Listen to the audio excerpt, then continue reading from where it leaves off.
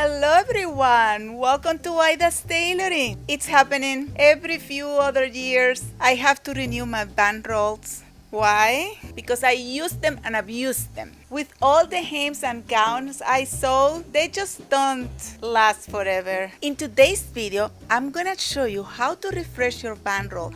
But what I really wanted to show you is how to make this beautiful cape with the help of the band roll technique. Let's go! Let me show you. These poor things. They are in terrible condition. I can't even make a 1/16-inch hem right now. They are all too wide. But today, not only will I refresh my band rolls, I'll also answer your most common questions. And I'll show you why the band roll is my absolute favorite hemming technique. Honestly, my band rolls look like they've been through a war and they lost. For those who are new to the channel, let's start at the beginning. A band roll is a reinforcement used in a men's dress pants waistbands. But one day, some genius, not me unfortunately, discovered that if you remove a few threads from it, you can create the most beautiful narrow hems. So pretty much we are hijacking men's trousers to upgrade our dresses. That's a fair trade, huh? When I strip the threads, I control the width of my hem. For example, if I want 1/8 of the inch, I keep pulling thread until it measures about that width, and then it's ready to go to the sewing machine. Here's a question I always get. Do we start sewing on the wrong side of the fabric or on the right side of the fabric? And the answer is we start with the right side of the fabric facing up. Place the band roll along the fabric edge. A good tip is to not put it exactly at the edge. If you leave a tiny margin, like 1/16 or something like that, it will be easier for you to sew. Then you're gonna stitch it all the way down, and once that's done, you are gonna trim the excess of the fabric that you left at the beginning, and then you are gonna turn the fabric to the other side, and then you are gonna fold the band roll over once and then twice and stitch again. While you are sewing, make sure to stitch like straight, like a very parallel to the edge. And now comes the magic moment. I'm gonna remove my band roll and voila! A perfect narrow hem that you can make it as tiny as 1/16 of the inch or as wide as 3/4, sometimes even 1 inch. You will get a total control. Maybe this is why I like it. Am I a control freak? Now, let's talk about refreshing old band rolls. Honestly, mine look awful, but let me defend myself. These have been used so many times over the years. In wedding season, I use them every day. Once they've been used a few times and then I refresh them, they are softer and more flexible, which actually makes them nicer to work with. It protects better the fabric, it can go for all the curves, it's just easier. So here's the trick to refresh them.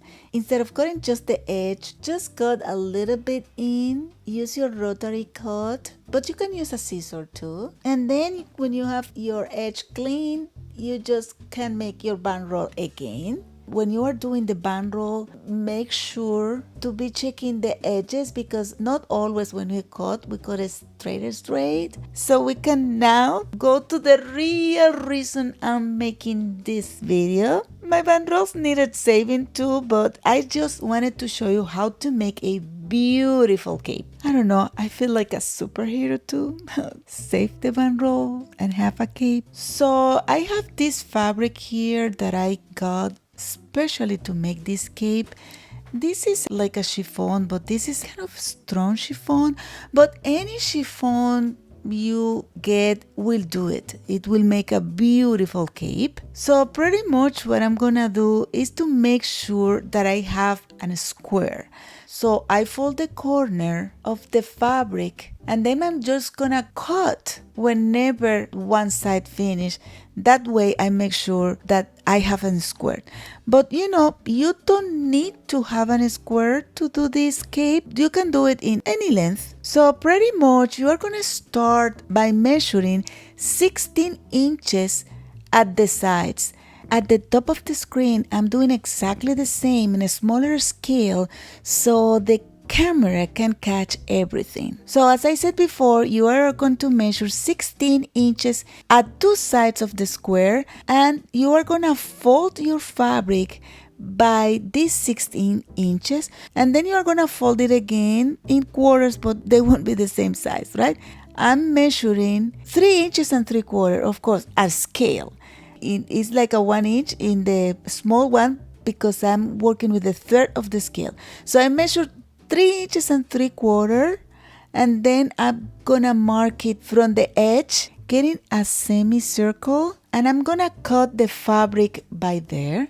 And as you can see, what I get is my square with a circle that is not exactly in the center. It's a little bit off the center. Then I'm gonna fold my fabric again, and now I'm gonna fold it in quarters, and I'm gonna take the measurement from the sides and I'm gonna project it all around as I did with the small circle, and I'm gonna make a second curve, like a big curve that I'm gonna cut out. And this is what I have. So basically I have one circle with another circle inside that is off center. I'm gonna try to find a suitable thread, and I'm gonna go to my sewing machine. And that's it, pretty much. I'm gonna just make a hem using the band roll technique that I showed you just now. But I'm gonna take the opportunity to answer some more questions.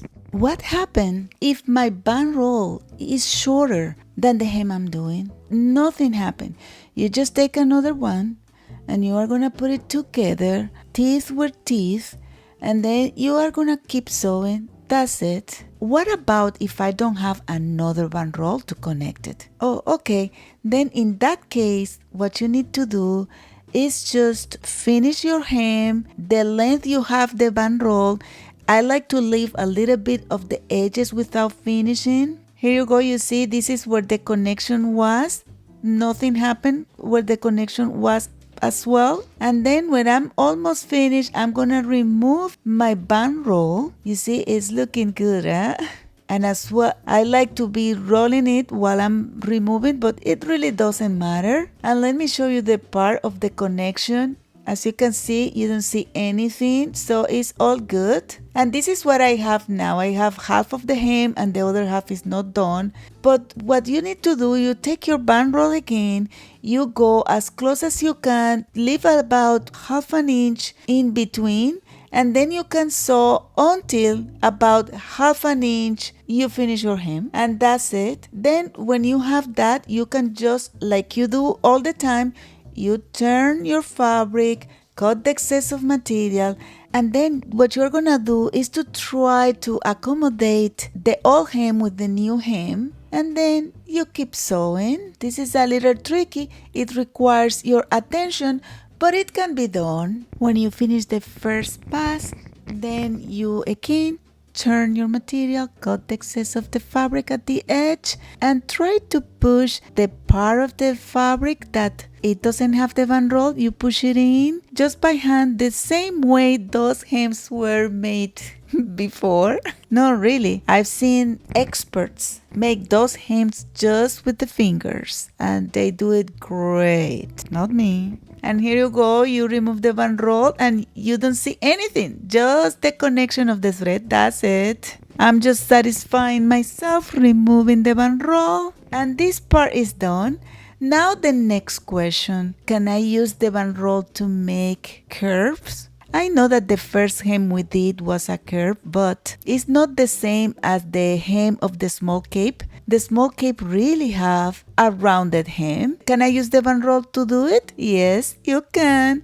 And here you go. It looks really good. It's exactly the same, so no problem when you are working with a small hem like this one. Now the next question, can I use the band roll to make necklines? And the answer is yes and no. This part is very tricky. It depends on the material you are working with. With chiffon, you can do it.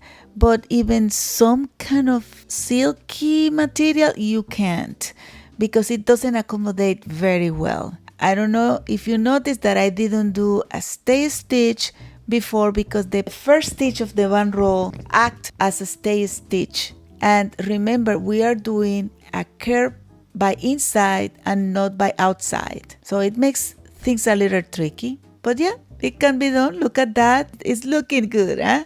Now the real question.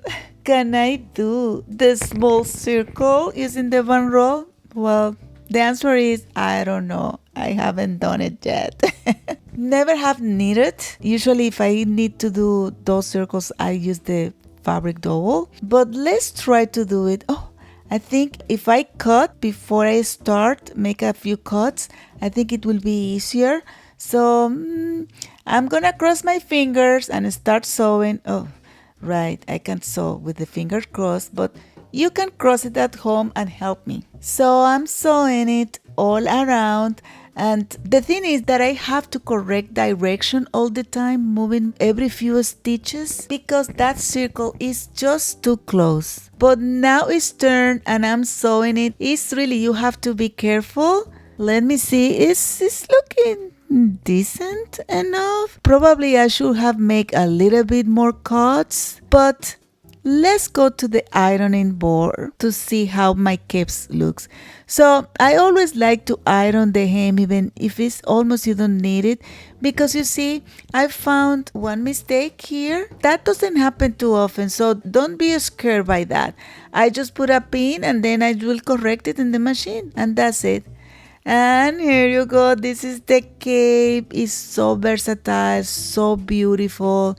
The cut just above the waist make you look a little thinner, but you can use it in many ways. For example, you can just rotate it to the one shoulder just to make it asymmetrical. You can pull it at the back so it looks more like a shawl. You can make it a little lower, like a push it at the front to make it a little lower so it covers you a little more. And you can as well do it asymmetrical, but with one arm out. That's my favorite.